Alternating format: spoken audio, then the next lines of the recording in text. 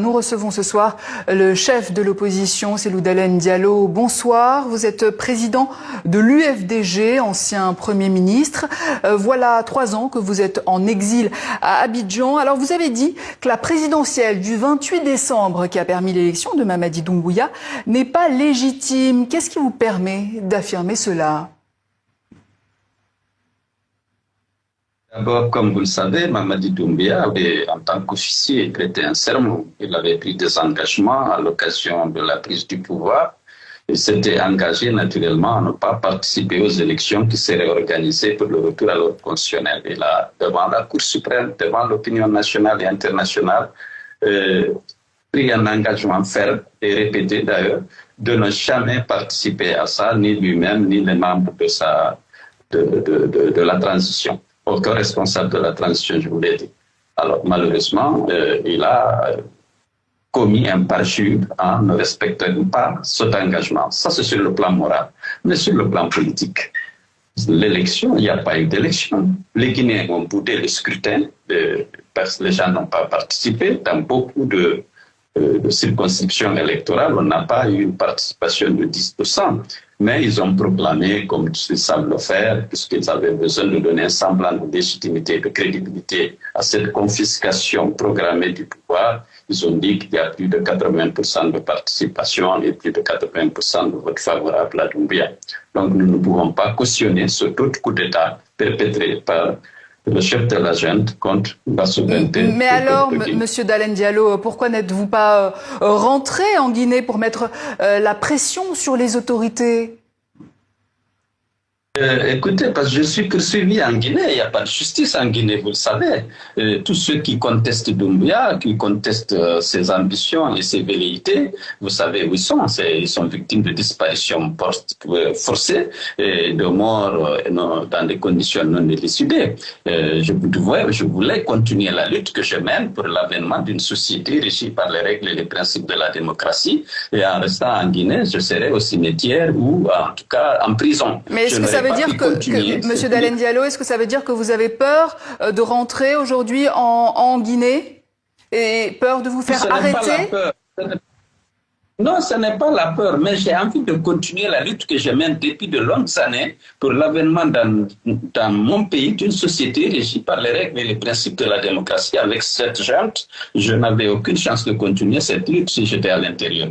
D'abord, ils ne tolèrent aucune contestation, ils ne tolèrent pas un coup de pouvoir. Mon parti est suffisamment fort et bien organisé que très tôt, ils ont montré qu'ils voulaient m'exclure du processus et me poursuivre. Et peut-être que si je n'étais pas à l'extérieur, je n'aurais pas pu être à votre émission pour continuer à dénoncer ce que je considère comme étant une mascarade électorale, comme un second coup d'État contre la Guinée. Mais en tout cas, aujourd'hui, le président élu Mamadi Doumbouya a tendu la main pour la mise en place d'un gouvernement. Comptez-vous la saisir, Monsieur Dalein Diallo, cette main tendue? Non, alors, parce que la main tendue, moi je ne la vois pas. Alors, avec qui on parle? Il faut une confiance. Et la confiance qui lie Mamadi Doumbouya au peuple de Guinée a été détruite par lui-même.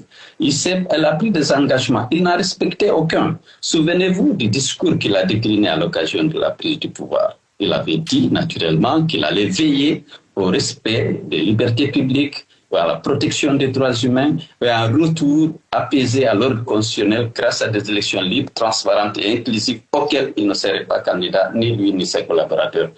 Il a inscrit ses engagements dans la charte de la transition.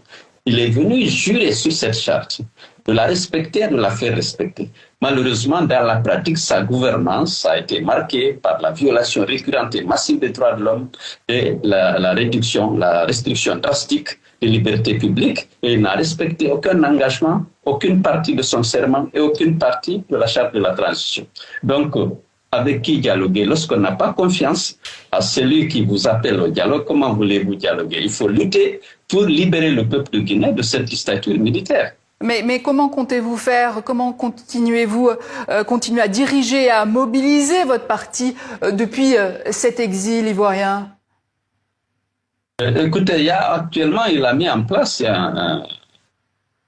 instauré un climat de terreur vous avez tous ceux qui le contestent, ils risquent la disparition forcée, des poursuites judiciaires fantaisistes, il y en a plusieurs. Et même moi, il y a 3 ou 4 jours, une de mes militantes très actives a été kidnappée, enlevée. Elle était peut-être la dernière sur la liste des disparitions forcées. Jusqu'à présent, on n'arrive pas à la localiser. Mais les Fonike Mangé, les Biloba, les Marouane, personne ne sait jusqu'à présent, depuis 2 ou 3 ans, où ils sont. Alors ça, c'est une dictature qui ne tolère aucune contestation, aucune dénonciation des dérives autoritaires dont Mamadi Doumbouya Donc se rend tous les jours. vous ne prévoyez pas de retourner au pays aujourd'hui?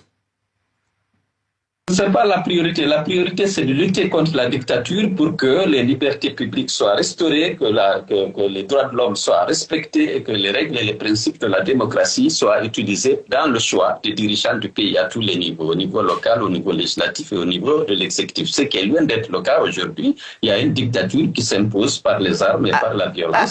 Alors, Monsieur Dalein Diallo, si votre parti, l'UFDG, ne tient pas congrès d'ici le mois de mai prochain, il est menacé de dissolution. Que comptez-vous faire?